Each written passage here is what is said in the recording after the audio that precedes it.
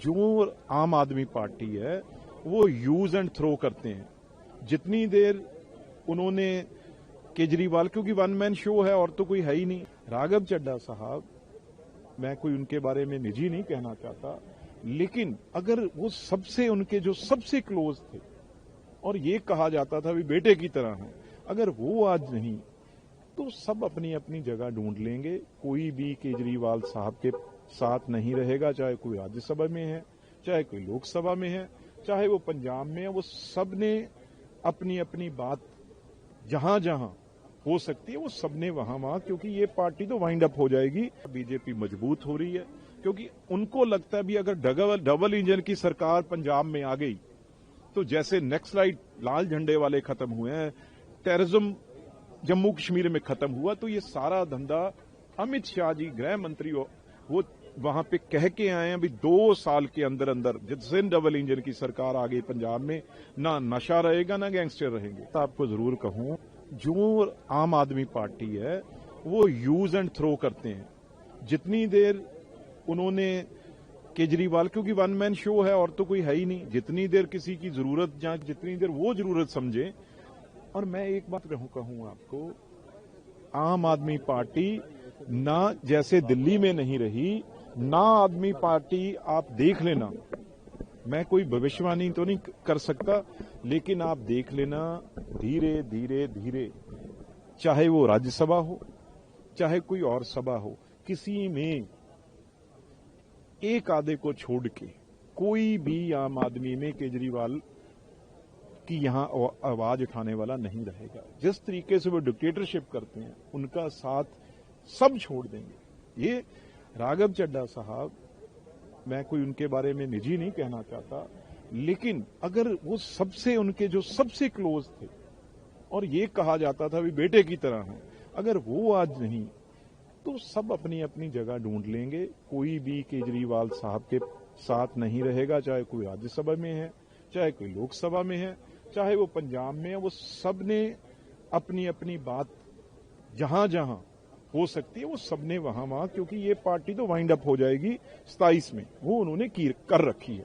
पंजाब में जिस तरह से पार्टी कार्यालय पर बम धमाके हुए उसको देखते, देखो ये पाकिस्तान में एक आदमी है, पाकिस्तान का है, लेकिन वो अभी पाकिस्तान से बाहर गया, आईएसआई का वो एजेंट है, तो वो सारी ये काम करवाता है, उसके इशारे पे ये काम किए जाते हैं, तो सबसे बड़ी इन्वॉल्वमेंट उसकी रहती है। एक मिनट देखो, जो सारी इनपुट्स हैं, जो सारी इंफॉर्मेशंस हैं, ये पाकिस्तान में बैठा सजाद भट्टी जो बार बार वहां से वो वीडियो भी डालता है, आप निकालेंगे तो वो आईएसआई का मेन एजेंट है और खालिस्तानियों के साथ और गैंगस्टरों के साथ यही उसे काम दिया गया है। वो पाकिस्तान, कभी वो पीछे कुछ पहले बेल्जियम में था, इंफॉर्मेशन थी, अब भी वो बाहर, जितने बड़े बड़े ग्रुप हैं गैंगस्टर्स के, जितने बड़े ग्रुप हैं, वो जो पीछे ये सजाद भट्टी होता है, उनको ग्रेनेड, वेपन, पैसा, और जो काम करने वाले हमारे बच्चे हैं, लड़के हैं, उनको साथ में वेपनों के साथ ये सजाद भट्टी 1-1 किलो 2-2 किलो जो नशा है, स्मैक है, हेरोइन है, वो साथ में सप्लाई करते हैं, देते हैं। बड़े बड़े ड्रोन आते हैं, बहुत ज्यादा बड़ी रेंज है उनकी, उनके साथ, क्योंकि उनको तो 1-2 डोज मिल जाए खाने की, नशे वाले को वो जरूरत होती है, और अगर किलोज में उसको नशा मिल रहा है पंजाब में, उसे बेचने के लिए भी लाखों रुपया तो इससे कमा।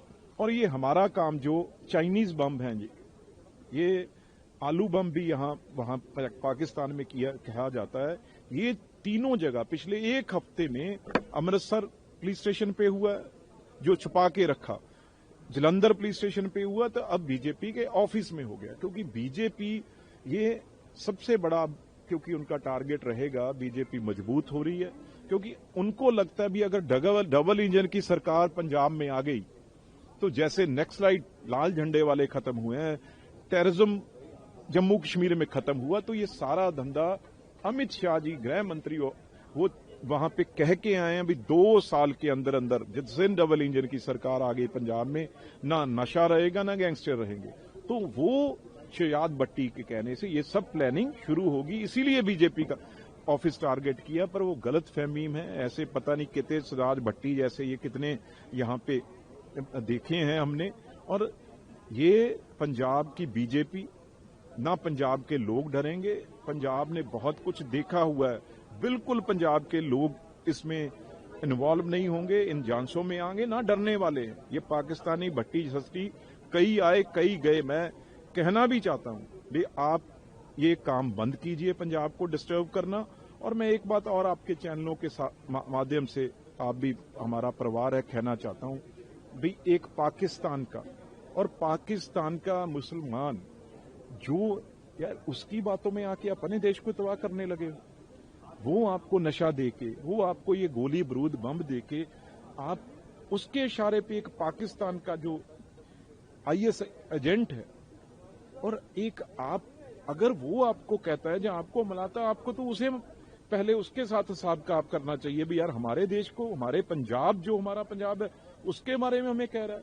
तो इसलिए पंजाब के, जहां हमारे देश के जो यंग टीम है जो बाहर विदेश में भी बैठे हैं, वो शहजाद भट्टी से देश का अपना तिरंगा ऊंचा रखे। उनकी मां बहनें बच्चे यहां हैं, इसके कहने पे अपने देश को आप टारगेट करोगे। इसलिए अगर वो अपने देश के लिए, जो शहजाद भट्टी है, आप उठो, अगर वो अपने देश के लिए बदला, जो वहां की उनकी सोच है, जो मुस्लिम सोच है, वो आपसे फायदा ले रहा है। आप सोचो तो सही भाई, देश का दुश्मन है पाकिस्तान हमारे का, उसका आदमी आपसे, अपने आपके देश से, अपने देश का आपसे अगेंस्ट काम करवा रहा है। ये कितनी बड़ी, मैं समझा हूं भी कितनी वो खेल खेल रहा है। लेकिन कुछ ही दिनों में, अगर मैं एक बार चैलेंज करता हूं उसे, ये पहले भी देश के दुश्मन कहीं बाहर हो कहीं हो, उनको पता चला है भी हमारे देश की ताकत क्या है। तो ऐसे शहजाद भट्टी, इनके भी ज्यादा दिन नहीं है। अगर वो ऐसी कोशिश करेंगे बाहर, तो वो भी अपने आप को समझ लें, गोली का जवाब गोली है, बारूद का जवाब बारूद मिलेगा आपको। आप मत समझिए भी आप बच जाएंगे जहां आपके ऊपर निगाहें नहीं है। Thank you sir.